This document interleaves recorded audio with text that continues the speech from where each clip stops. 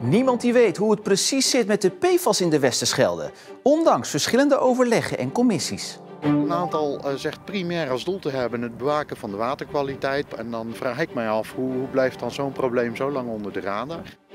En verder in het nieuws vandaag. Andere gewassen vanwege hoge gasprijs. En uniek Balinees meisje is geveld.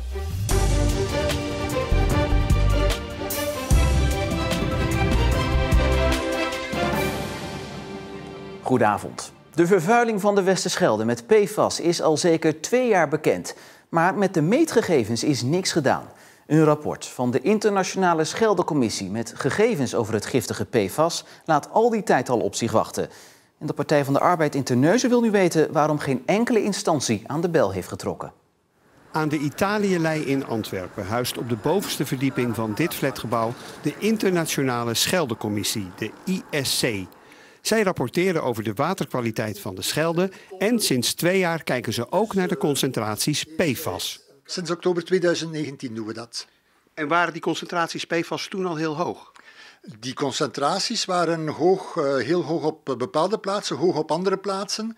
En het is een heel gevarieerd beeld dat we krijgen met de verschillende metingen. Het Terneuzense raadslid Laszlo van der Voorde heeft vragen aan het stadsbestuur over die hoge PFAS-gehaltes destijds. Ja, mijn vraag ook richting dit college is, zijn zij daarvan op de hoogte gesteld? En een bredere vraag natuurlijk, waarom is het publiek hier niet in meegenomen? De ISC rapporteert aan haar opdrachtgevers. Dat zijn 6 overheden. 3 nationale, Nederland, België en Frankrijk. En 3 regionale in België, namelijk Vlaanderen, Wallonië en Brussel. Maar de rapportage met de gegevens over 2019, waarin PFAS dus aan de orde komt, is er na 2 jaar nog steeds niet. Die zijn nog niet goedgekeurd. Ja, er gaat een handelsproces aan vooraf. De gegevens moeten door experten geïnterpreteerd worden. En dan moeten die samengebracht worden. We moeten zien dat we vergelijken op gelijke basis. En dan moet men de goedkeuring geven op dat rapport. Dus dat rapport is ook nog niet aan de verschillende overheden gestuurd? En nee, dat is nog niet ter beschikking. De ISC is niet de enige commissie die zich met de Schelde bezighoudt. Er zijn nog tal van andere commissies en raden. Waarom heeft er niemand aan de bel getrokken, vraagt Laszlo van der Voorde zich af. Een aantal zegt primair als doel te hebben het bewaken van de waterkwaliteit, het meten van lozingen. Ja, en mijn vraag is van al die overlegorganen, hoe komt dat dan op de juiste plaats terecht? En hoe kan het dan toch eigenlijk zijn dat zoveel overheidsinstanties tot nu toe zeggen er eigenlijk geen weet van gehad hebben? Het gemeentebestuur van Terneuzen heeft 4 weken de tijd om de vragen van de PvdA te beantwoorden. En bij mij aangeschoven verslaggever Marcel de Kranen. Marcel, waarom duurt het nou zo lang voordat zo'n rapport er ligt? Nou, het heeft dus te maken met technische redenen, zoals je net hoorde. Hè. Experts die moeten die gegevens evalueren. Maar het heeft toch ook vooral te maken met politiek. Kijk, die 6 overheden die je net zag, die zijn natuurlijk bij elkaar gaan zitten omdat alles wat met die Schelde gebeurt, in de Schelde, op de Schelde, ligt uiterst gevoelig. Ja, en dan kan het zomaar eens 2 jaar duren voordat je overeenstemming hebt over zo'n rapport.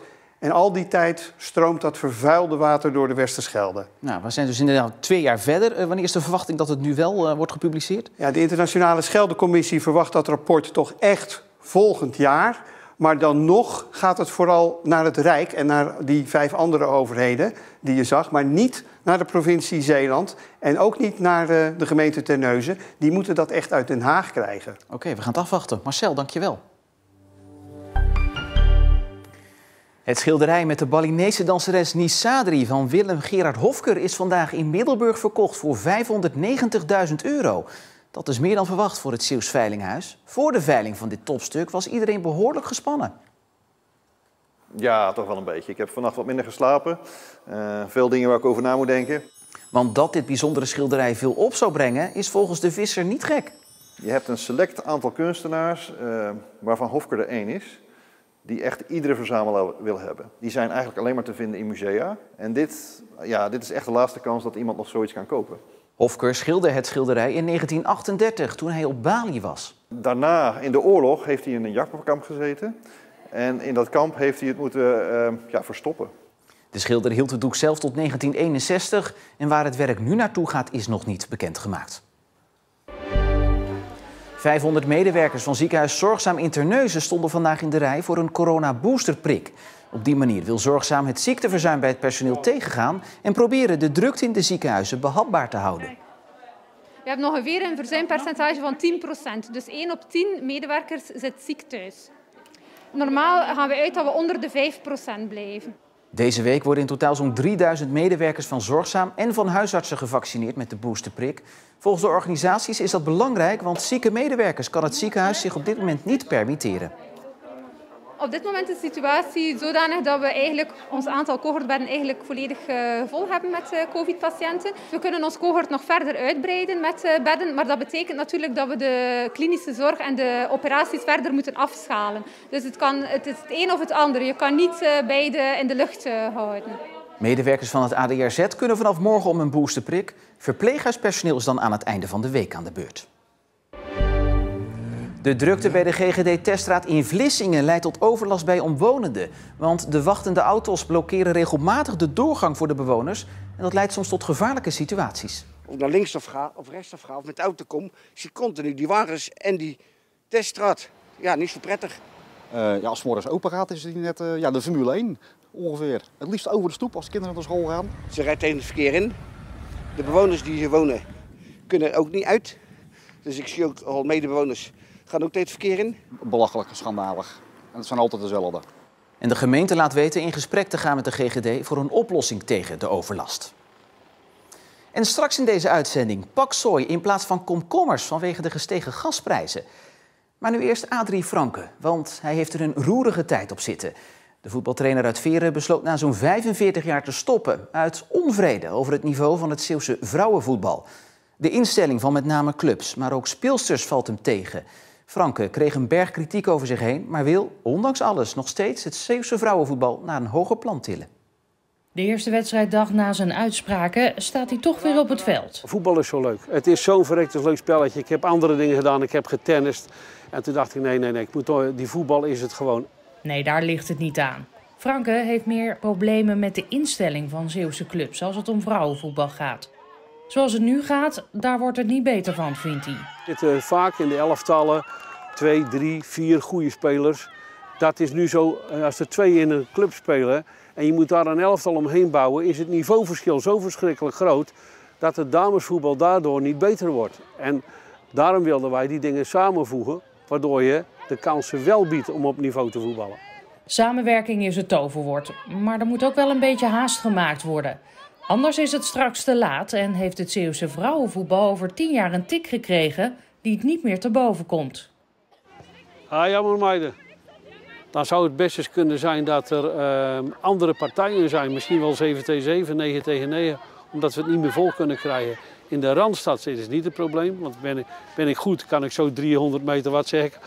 1,5 kilometer verderop zijn weer 3, 4 clubs. Dus die keuze is groot. Hier in Zeeland ligt dat iets anders. Er moet dus wat veranderen en Franke wil best helpen. Maar of hij dat als trainer doet? Ik weet niet of dat nog gaat gebeuren.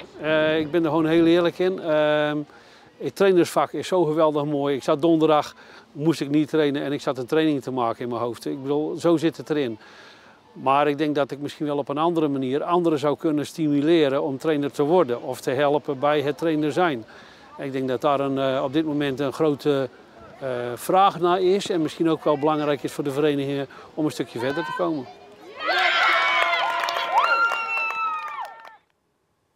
In de glastuinbouw maken ze zich al een tijd zorgen over de alsmaar stijgende gasprijzen. Veel gewassen zijn afhankelijk van een aangename temperatuur in de kas. En dat betekent dat de stookkosten nu erg hoog zijn.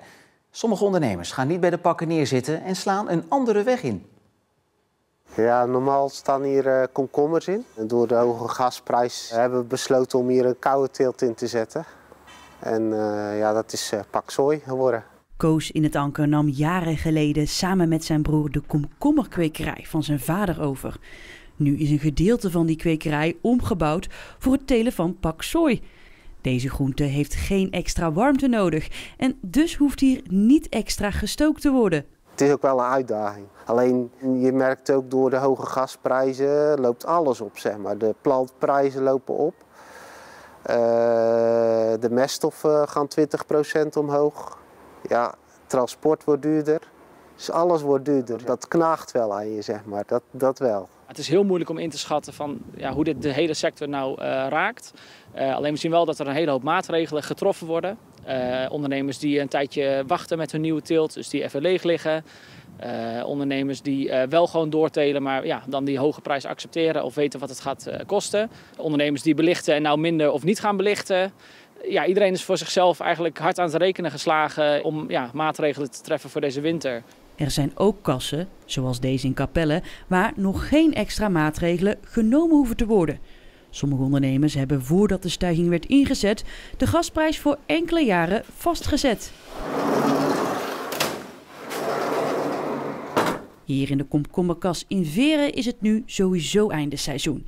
In het laatste kwartaal worden de planten elk jaar weggehaald. Meestal stoppen we eind oktober. Maar nu zijn we iets langer doorgegaan. Een paar weken in november nog. En gisteren hebben we de laatste gesneden. Deze kas wordt de komende weken schoongemaakt. Normaal komen hier dan in januari weer nieuwe planten te staan. Maar dat gaat dit jaar pas in februari en april gebeuren. In de eerste 3 maanden is het kouder en zijn de gasprijzen hoger. Wij wouden eigenlijk wel meer zekerheid. Dus daarom hebben we ook gekozen voor een koude teelt en pas later planten. Verder proberen ze op allerlei manieren energie te besparen. De gevels en een van de warmteopslagtanks worden opnieuw geïsoleerd. En er komt bijvoorbeeld een nieuw schermdoek. Die moet de warmte beter vasthouden. Investeringen die je normaal over een langere tijd uitspreidt, worden nu eerder gedaan. Het scheelt ook wel dat we wel wat goede jaren gehad hebben, zeg maar. Dat we kunnen investeren. Anders zit je toch met een probleem. Deze energieprijzen die onderstrepen natuurlijk wel het belang van de energietransitie. Maar op korte termijn zeker slaat het gewoon je investeringscapaciteit weg als bedrijf zijnde. En je hebt 1 ding nodig voor verduurzaming en dat is geld.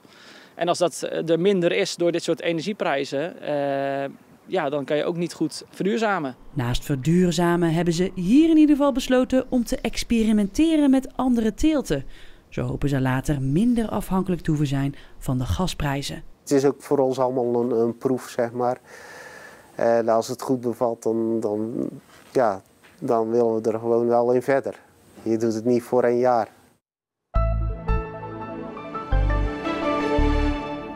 Het was na een koude nacht een bewolkte, maar wel grotendeels droge dag bij maximaal 9 graden.